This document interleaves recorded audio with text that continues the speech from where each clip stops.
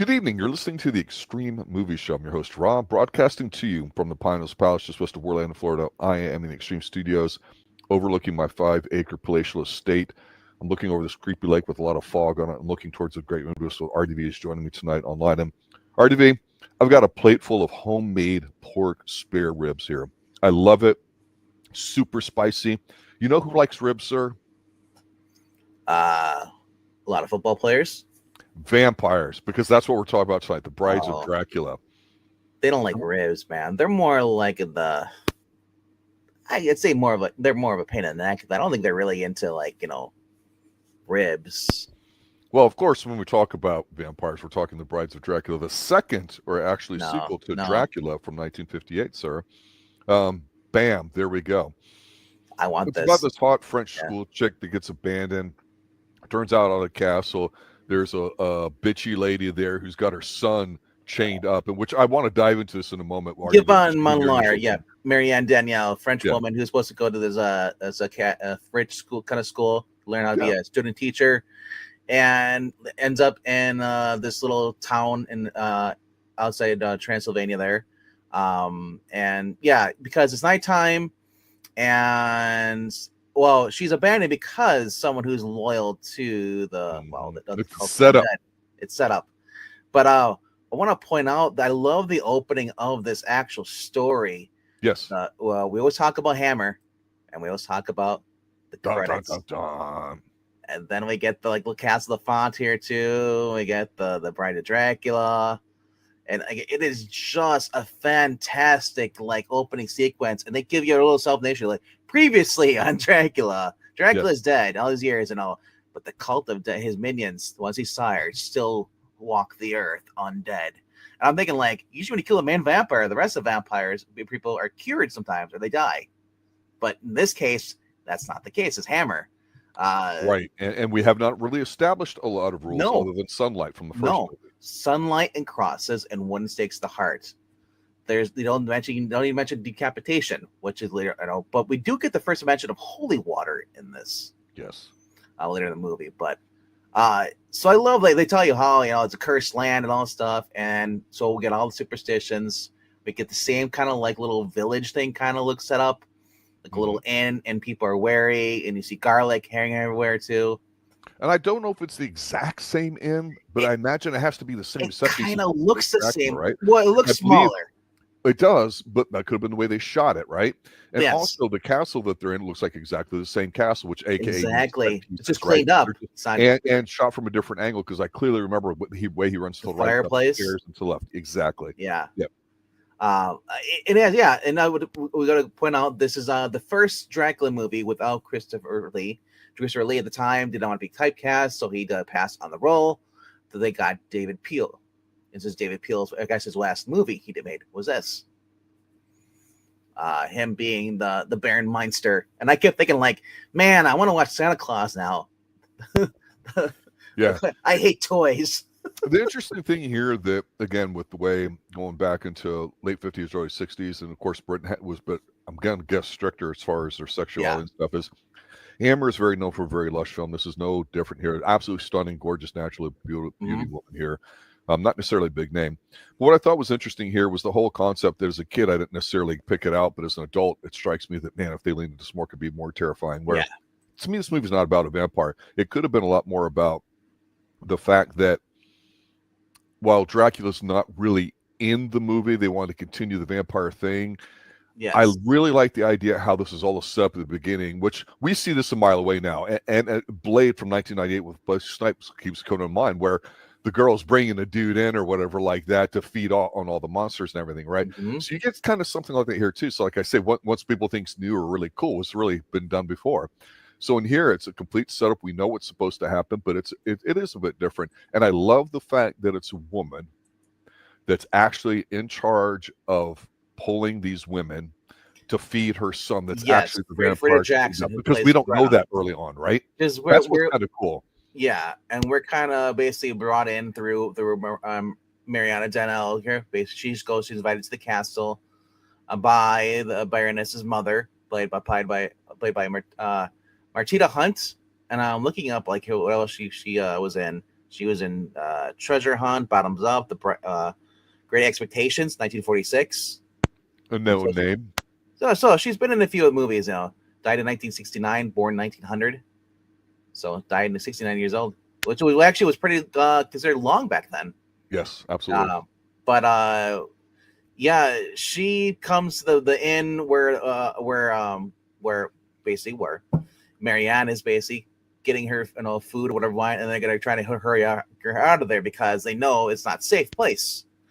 And she's like, "Oh, you're here, so how don't you come to my castle?" And it's like, here, and and insist, and they brings her in there, and she gives her a room. We're introduced to Greta, who is played by the great Freda Jackson, who becomes one of the main villains in here, loyalists to the Baron Meinster. Right. We learn also through basically Marianne going out on a balcony. She sees a guy down there, and he's ready to jump, and she's like, "No!" So she runs down there, and it turns out it's the Baron Meinster. At this point, we don't know he's a vampire. I mean, we obviously we can see some of the fangs on his teeth, right? Kind of hides. It's a great looking shot. Yeah, and he's a good looking man. Yeah.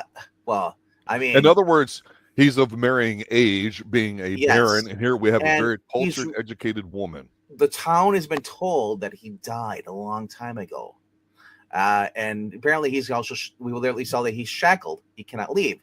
Her being, I have no idea what's going on, and this is one of the things I struggle with this because Marianne is like, she's a very naive woman, or is she under the thrall of the vampire? I don't know at this point, but she's like, yes. Oh, how cruel of her to leave you locked up like this. I will go interfere with this family. I'm gonna go retrieve the key because he says my mom has a key. Go get the key, and we get to see her. She goes in there, and then the mother walks in there, hears something, but doesn't see her because she went onto the balcony. They called over to her, and she gets caught, but only after she threw the key. And this is I laugh because everybody knows when you tie something a key and it's not really heavy, you tie it to something that's lighter than fly. Like she ties her handkerchief. Yes. There's no way it's going over that gap. It's going straight down. But he is able to catch it. He unlocks himself, and then he's at the bottom where and she's basically with him. And he's like, and the mother comes down the stairs. He's like, "Hello, mother." It's like, "I'm free, bitch." It's like, and but that's true. But we also learn later on through Greta and through his mother, through conversations they have separately with other people, that they've been keeping him, feeding him, luring women up there to him.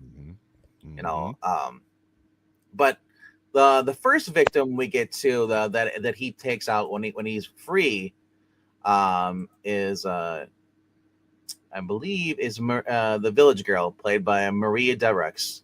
She's the one that, they bring her and they're like, "Oh, she was found in the woods," Another hammer beauty. Yeah, another hammer beauty, and she was drained and all of her blood or whatever, or at least and so this is after Marianne kind of flee and she passed out in the woods. And like 30 minutes of the movie, we get Van Helsing shows up. Carrie is like, "Oh," wraps his cloak, blanket around her, brings her in, brings her to the inn, and then learns more about what happened. And after getting her some food he takes her over to the place where she's supposed to be, at the little school. And the school becomes like a big kind of part of the play too, as a movie, because we got the grumpy old doctor or the professor who basically is like, you can't be late, he's like, and Val Hansen's like, well, she has a reason, her carriage broke down or whatever, and he's like, "Oh, I don't care," but until, I love it. He's like, he shows a card. "Oh, you from this school? Oh, I'm Mike Migrations." Like it's 180 in personality. Yeah. But later on, after she stays there, we're also introduced to the other girl, the girl we have right here. Played by Andrée Melly, plays Gina. Very striking in the eyes. It's the first thing I noticed when I saw her. Even before she went vampire stuff. She also works as a student teacher there. So her and Marianne kind of have a little conversations, become their roommates. Become besties. Besties, kind of like they're burning toast in a little oven in the room. The one interesting thing Hammer has, and part of it's the culture of the time, is these classes. You have your upper class, you have your middle class, and you have your no Yes. class, or you're from the town, you're a nobody sort of So- thing. Yeah, and here it doesn't really necessarily factor into the movie, but it would explain the naivete that she goes, oh, she's barren, and she just doesn't really know what the hell's going on, because even she's a culture individual. She doesn't know about all the hooligan kind of ghost stories that you'd only get if you lived in a small town. Yes. So we learned that the Baron Meinster actually did show up at the school from because Gina ends up being bit, or killed after the dude Baron Meinster flies in through the window, and it's the first thing we get to see. There's no reflection in the mirror, and she turns around, and he basically calls her and throws her and bites. And just when he's getting ready to bite her, he basically bites her neck, drains her blood. But before this, the Baron had shown up and was courting Marianne, and next thing you know, she's like, oh, she tells Gina, it's like, oh, we're engaged, So and I'm thinking, oh man, she's really enthralled now. Well, I thought the enthralling wasn't the actual vampire ability to do that, which is what it sounds like you're saying. To me, it was just because, hey, we're a natural fit, whatever, and that's kind of how you move quick back then, right? Especially when you are a keeper. Yes, when the Baron Meinster tries to charm her, but first, only after the professor there calls him a jackass. So I thought, I was like, whoa, that's the first I've heard in a movie in a while. In older movies, this calls him straight up a jack. Who do you think you are? No, there's no followers, and it's and definitely no men here and stuff. But when he realizes he's the Meinster, it says, oh, my mother passed away, and I'm thinking yeah, you killed her. It's like, but while this is going on, Van Helsing had ventured to the castle, and there he ran into Baron Meinster first. Yep. Yeah, and we get this little battle with him, little tip with him, and basically, we also his mother there too, who basically turned into a vampire, but she's still got her soul though, at least. I don't know what to make of this, because like you, I was going, okay, they're establishing some rules, right? The enthrallingness, don't look into his eyes, so they hear later, and some things. I'm going, wait a minute, she sees him and she's shocked, and she's got fangs, but she puts the handkerchief in front of her face and goes up to him, like, who are you, or whatever, and it's like, wait a minute. So I'm thinking, because how do you keep that? I don't get it. I'm thinking because she's an older person, maybe it doesn't the virus or the infection or she's not where the other ones feel super strength. Remember, newborns are usually like the I guess another vampire stuff are like the most unhinged, where she's kind of like closer to death anyway. So maybe she just felt so remorse, it just nothing's really changed. But she hasn't got. But she might not have the bloodlust yet, like the. Well, if she just turned, maybe she wasn't hungry. But the thing about it to me is I wish the dynamic was fleshed out in a bit, because it's pretty interesting that you've got a woman in control of a man by chaining him up, and the man's at his full sexual peak, literally. He's a baron, he's like 20 maybe or whatever. All that good looking, right? I mean, it's just human nature, right?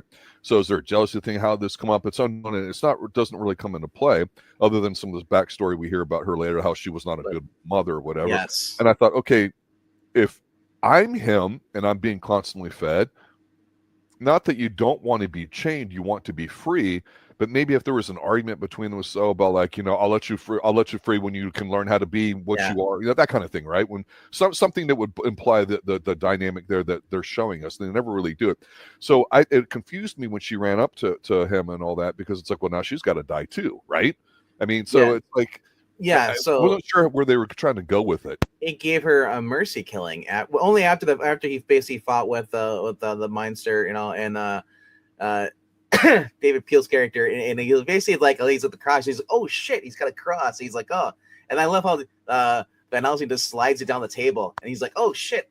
But then he flips the table and pinning him against the wall, but he's able to get away. Van Helsing is a bad habit of running into like what people throw at him. I've noticed that. A bad habit? No. That's my whole point, was that like she's the evil one, not him. She is, but she basically gives the heart. Jake's like, she's a mother. I couldn't, he's my son. I just lost my husband at the point, Yeah. And I feel like I failed him as a mother. So like, but so Anyway, so basically after the basically the Baron leaves, she's there, and he's like, well, there is one way to release it, because she says, like, there's no, I'm now cursed like this, never dying. And he's like, well, there is one way, and he pretty much, waits till sunrise till she falls asleep, and then stakes her to the heart, and then basically puts the blanket over her. Now, here's the thing with Peter Cushing. We talked about him in Star Wars, and the more I like him, the more I go, he was kind of a badass. He was like a scrawny old dude, right? But he's very confident and very polished, right? He's just not a big dude. But the way he does it, where he puts it in there, it's very dramatic, his physical motions. And all I kept thinking is, okay, that stick going through a bunch of ribs there, even though it's got a point to it, and that tiny little hammer, that's a hard thing to do. If you don't have the big wide thing, I'm like, and he does it in the one stroke, but then the way he takes the drape and drapes it over her, I'm like, he does it with a bit of a flair to it to me. And I'm like, that's kind of cool. But I love that he's always so hesitant to do it, because remember, it's almost like murder. Because remember, these people are still alive. So he feels regrets. Yeah, I must release you. It's hard to kill people, whether they're undead or not. He still feels like he's still got the confliction. So I kind of like that. So this is going on. Of course, this leads to the Meinster going there and enthralling, Marianne. And then when she goes talks to Gina, and Gina's like, oh yeah, it's like, I'm kind of jealous. I wish I was, he's so, very handsome, and so when, so she leaves. And Gina, oh, if you keep talking about it, maybe I'll fall in love with him too. Yeah. It's like kind of like Snow, or what did she say, like Cinderella or like her Sleeping Beauty, something like that. Anyway, she gets turned, and so Van Helsing is called up there, or actually he goes to the inn there, and he basically talks to the priest and he confirms what's going on. Then we get this fat guy who's a doctor who basically he's a scientist, but he's basically taking pills. He's a druggie, He's like, he's like, what is it supposed to do? Well, it protects me from all the illnesses, from the dead. It's like, keeps my life so far. I'm like, this guy is pushing 300, 400 pounds. It's very surprised he can stay upright. Anyway, calorie enhanced. So I love how like the priest, who's in all this, basically who's the one that sent for Van Helsing. He tells him, hey, take Van Helsing with you. He's a doctor. And like, okay. So they go to this school. And he views Gina's body, and he looks and he sees the neck on there. They also have the school, the professor or school, whatever his name is. His wife is very, very hysterical. She's another woman that kind of like is very easy enthralled. I know that the women are very easy enthralled, not the men. So maybe, but the power must not work on men. But it's an interesting thought. Unless it's a female, though, a female might have the power to enthrall a guy. Well, we talk about Dracula being undead, but it's, you get into the psychology behind it, and perhaps we will, depending on how the rest of the movies go. It's all about sexuality, right? Yes. Lust. Yes.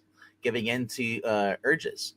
Anyway, exactly. So they see basically they basically send Gina's body off. It's in this basically like a horse carriage or barn where the guy getting ready for the next, they're gonna carry it out, and Marianne is in there talking to the guy who operates the horses. The horse is all spooked. She relieves the wife of the professor or the principal, the guy she works for, runs the school. She leaves, and then so she's in there, and the old man goes outside and see if the horse is going on. You get to see this bat, and of course, it's her. It's Gina originally was in the I think was it Gina? No, Gina was in the coffin. Gina gets out, confronts her, and we get to see this nice little scene right here because Van Helsing comes in after seeing that the guy's been attacked by a bat, which I believe was the other girl, the village girl, that attacked the guy first. And I want to point out here with this still talking about the natural beauty of women. I've mentioned this before about dressing and colors and stuff. So, for example, when you're talking about the vampire, her face has got caked with makeup or like that, but you're not looking at her tits. You're not looking at the white dress. You're looking at her face. You're instantly drawn to it. Same with the other one, right? Even though the other one's just absolutely stunning. A lot of times when we get these movies that have vampires, vampire women in them and all that, they're dressed like strippers, and again, they look fucking great. They look in tremendous, great outfits sometimes. And I but can't you're busy staring at them and oogling them rather than staring at the face, and that's what the whole point of the shot is there, to look at them, the horror and the fear. And the great thing about the 1960s is a lot of different women, either from Europe or from Eastern Europe, basically coming over and doing films. Sometimes, especially with James Bond, we saw this. Absolutely. All the beautiful women from Russia with Love. Yes. And, so when I see the French girl on the right, it always reminds me of like, well, isn't the girl from GoldenEye, same kind of type of casting, a beautiful woman, or just in general. It's just, so I love this, and then so basically Van Helsing comes in and scares her away. He goes to the girl on the right, Marianne, and says relax, relax. He has the woman who basically was the professor's wife, has her look over her and keeps her at the skull, keep her here. He puts a cross over her because she says, "Oh, I'm engaged to see the Baron." And he realizes she's enthralled. She's with this guy, so he's gonna go over to the He's like, where is she? Where is he holding up? Because he's like, well, tell me. He's already killed 3 people. It's like, you didn't tell me. It's like, she goes, yeah, he's at the old windmill. I'm thinking like Dawn of the was it Evil Dead? Army of Darkness. It's always the windmill because this casket was moved. So we get this little shot here of the casket here, or the outside of the windmill. It's not moving whatsoever. Also, if you also remember, Frankenstein ran to a windmill. They lit it on fire. But in the Universal, but I love that scene. And then you see him kind of creeping in. He looks around, and then you see this from the outside through the window. Mm-hmm. I love the scenery on this. We got the hot coals. They're gonna come into play. Right. The point is what you need is in here. You're seeing it from a different perspective. And notice the depth into it. If you look in the center of it, you've got the other kind of room staging out there. It draws your eyes right to the middle to make you see the coals, basically, without a crash zoom or whatever. And you've got all this hay laying around, all that, too. It's a beautiful set piece. Yeah, it is beautiful. I said a lot of great scenery in this. He has, of course, when we get the girls come in here, because after Van Helsing goes in there, the girls go to attack him, and he decides to basically. How would you like to have that coming at you, huh? There's the old lady. There's Greta, who's basically going nuts. She's devoted to him. Yep. Van Helsing's like, "Be gone, thought."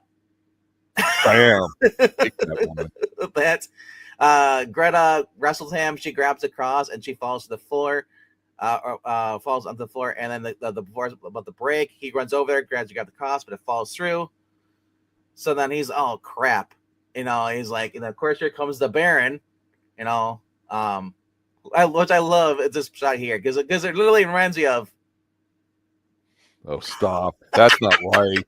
That is not right. It looks just like Danny Houston, David Veal, Danny Houston, and Danny Houston. If you don't know about him, was in 30 Days a Night, playing a vampire. Oh, okay. Circle. Yeah. The Baron.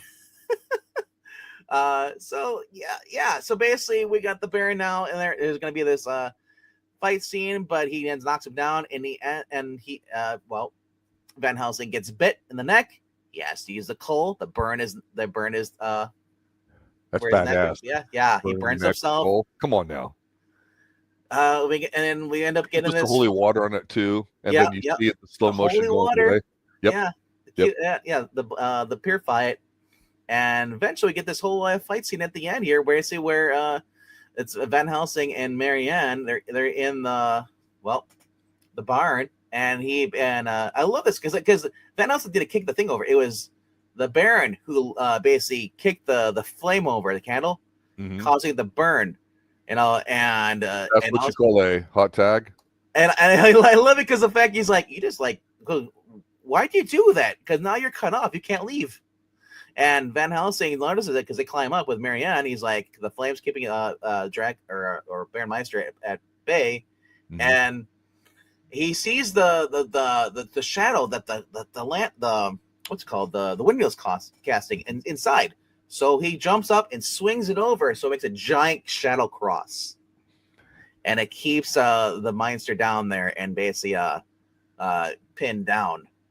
And yeah, eventually they just stake him, or he dies or flames. I can't remember if it was flames, or I can't remember if Staker or flames it.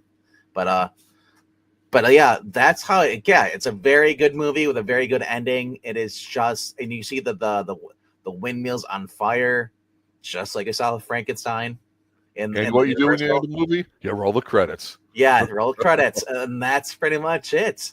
That's a very, very good movie. I'm surprised you enjoyed it. I know you're trying to keep an open mind with horror and try some different things out because that's not your big classic bag. Movies like this are good. I know Peter Cushing, even without Christopher Lee, Peter Cushing is carrying these movies so far. Because a lot of people looked on this because they didn't like David Peel. They thought he was, was kind of like not as good as Christopher Lee. But you know what, though? I don't think that's the case. I love Christopher Lee, but I thought that the whole cast did well. You didn't need one man. But that's the thing about when you have a good protagonist or antagonist, Mm-hmm. Christopher Lee, it takes about 3 or 4 of the people just to reach that kind of villainy. Yeah, and I mean, here's my final take on the film. I like it. I don't love it. I love the first one. Mm-hmm.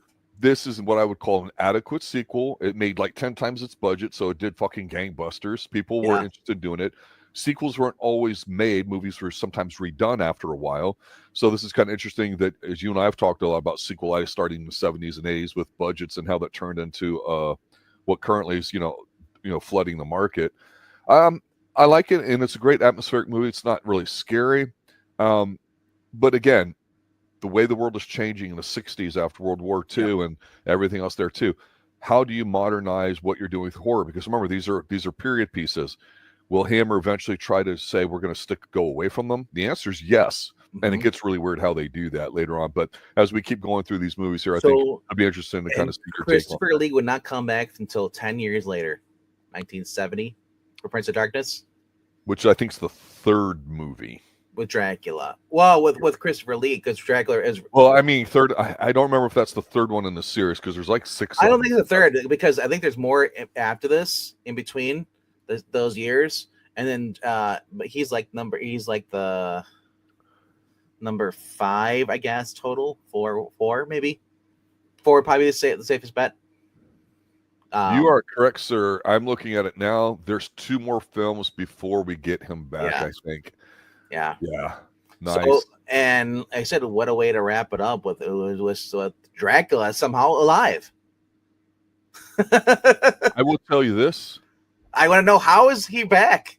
Because we saw his face. And I will tell you, I like Prince of Darkness better than the first movie. Now, the first movie's special, but the next one in this one in 1966, which I believe Christopher Lee is in, without saying anything about it, as a kid, it has one of the most terrifying scenes, and it explains how he's brought back. That's all I'm going to say. But it probably doesn't have a ring to it, though. Watch it. I know it'll be a first watch. You're like, I will be a first watch for me. Well, you know what? We'll probably let's do that on Sunday. I don't care. It's after Halloween. Let's do Prince of Darkness. I haven't watched yet. Love the film. Love it. Yeah. Man. These are really great to get into. Love them a lot. I'm glad you like them too. And there's 7 films. 3, 4, 5, 6, 7, 8. No, 9. Excuse me. Legend of the 7 Golden Vampires is the last one. Oh boy. Yeah. All right. Anything else? Nope. That's it. If you guys have not watched this, it's available on Blu-ray. But I heard that there's supposed to be a newer cut, a newer version. That's supposed to be more. They restored the color and then actually widened it frame, because for whatever reason, when they did the 2000, I think it was the 2008 Blu-ray, they messed up in the ratio. So that I guess the newer releases now, the one that's posted now, are supposed to be the correct version. Yeah, you and I usually default to Tubi or Pluto or whoever's got this, or sometimes even YouTube, which is usually adequate. But I'm definitely going to dive into I think the best print for that. This is in color. I just put it in black and white because I figured it looked better with a black and white kind of thing. Because that's what I liked about the Universal monster movies. It was the black and white movies. Matinee. Yeah, easy way to identify it, right? Yes, yes. Because when you get color, it just becomes like everyone uses color, and so I like it when it kind of stands out with a little bit of black and white now. But all right, though, that's it. Peter Cushing, David Peel David Peel was kind of a bit appealing for me. Not too bad. Not too bad. So, all right, see you guys later.